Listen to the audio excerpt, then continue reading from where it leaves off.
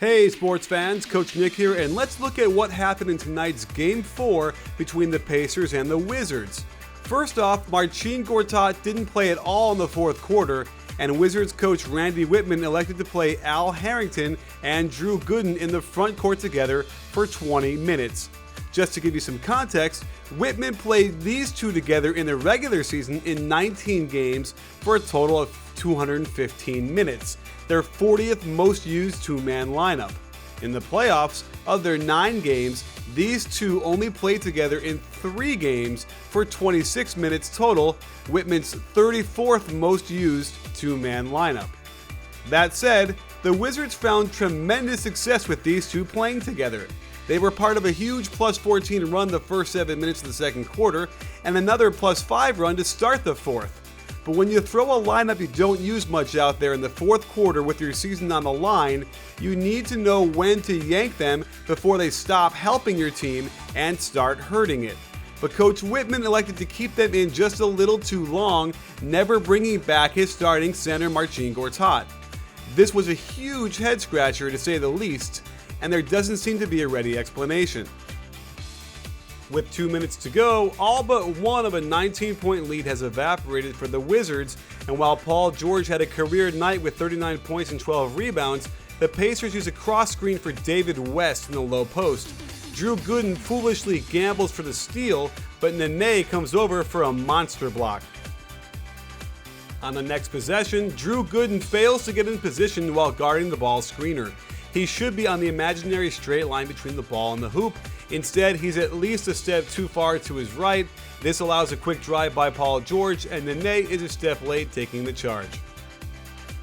John Wall gets an inside screen and roll and violates one of the big rules not to jump in the air or to pass.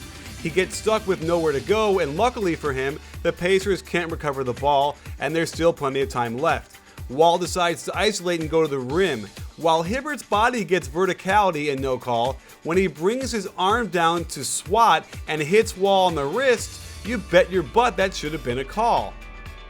The Wizards do get another crack at it with 1.8 seconds left on the shot clock. Out-of-bounds plays are crucial to your success, yet Nene, who appears to be a primary screener, never actually screens anyone, and the whole play is designed very poorly. Maybe it was supposed to get thrown way out on top to John Wall, but I can't figure it out. Instead, it gets a Drew Gooden catch-and-shoot 3 from the wing. Ugh. The Pacers come down and break right into a high screening roll, but the way Vogel has his personnel arranged here, I'm scratching my head. Because the screen is set to Hill's right, with Hibbert and Lance already stationed on that side, there is simply nowhere for him to drive to. Often you'll see this play run so that they can get the weak side defense to check the roll man, opening up a skip pass to the corner for a shot. But if that's the case, why is it David West spotting up in the corner for 3? He's shooting 27% from 3 with a grand total of 0 for 4 from the left corner. With nowhere to go, Hill has to kick it to Lance, then go right back where he started. Lance feeds the post to Hibbert, who is having another good game, but watch how he travels by picking up his pivot and putting it down before the first dribble. No call, huge bucket. The Wizards come down and try to run an inside screen and roll for Wall, but their spacing is bad. No way Beal should be in their way at the top of the circle here. Ariza needed to finish his backdoor cut, perhaps he would have gotten it for a reverse. Now you've got Gooden driving to the hole, and miraculously for Washington, the ball ends up in Nene's hand, but his footwork is bad, stepping his right foot too close to his left. Had he stepped through wider, he would have been able to get right to the rim for the easy shot. The Wizards get another chance, and while a lot of people were complaining that Wall didn't shoot here, first off, he's shooting 18% from 3 in the playoffs, and second, this is the elevator play, so he's just being a good teammate and listening to his coach. They get a very good shot for Beal, who just can't hit. The Pacers run the same pick and roll with George Hill going to his right, and Ariza and Wall do a nice job to contain. There isn't any secondary action, so Paul George isos on top. John Wall foolishly helps one pass away, triggering rotations by the defense. It started going south when Hill jumps in the air to pass, and Lance cuts way too late for a backdoor cut, and the Pacers are practically giving this game away. Down by 3, the Wizards could go for a quick 2, foul, and extend the game. However, they run a series of cross screens for Beal, so it looks to me like their main focus was getting a game-tying 3.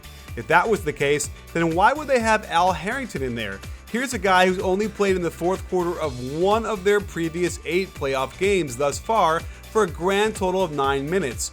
If you want the 3, why not have your third best three-point shooter in Martell Webster out there instead? Watch what happens though. As Beal draws everyone's attention, Harrington's man David West sprints like a madman to cover Beal. This leaves Harrington wide open under the hoop. Instead of staying there and calling for the ball, he gets a screen to the top, then drives and misses the layup.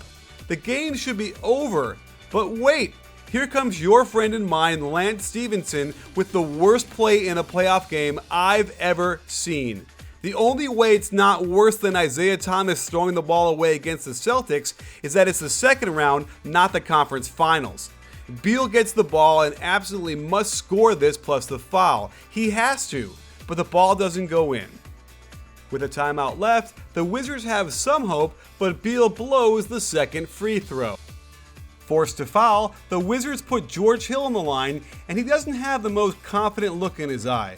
Sure enough, he misses his second free throw, Beal's miss looming very large now, and the Wizards have one last chance. Needing a 3, there's actually enough time to get the ball in and run a bit of a play, but I don't mind Coach Whitman going for it right out of the out of bounds. In fact, this is the play I've used on my teams because it's so effective. Have Beal cut away from the ball and get a screen, then turn around and get that same screen coming back to the ball. And you know what? It worked!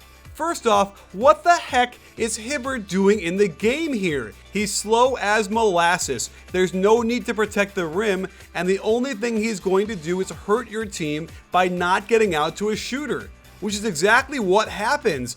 Beal is wide open. Hibbert is at least 10 feet away. But Ariza tries to get into the sweepstakes for worst mistake in second round playoff history by throwing the ball away, ending the game.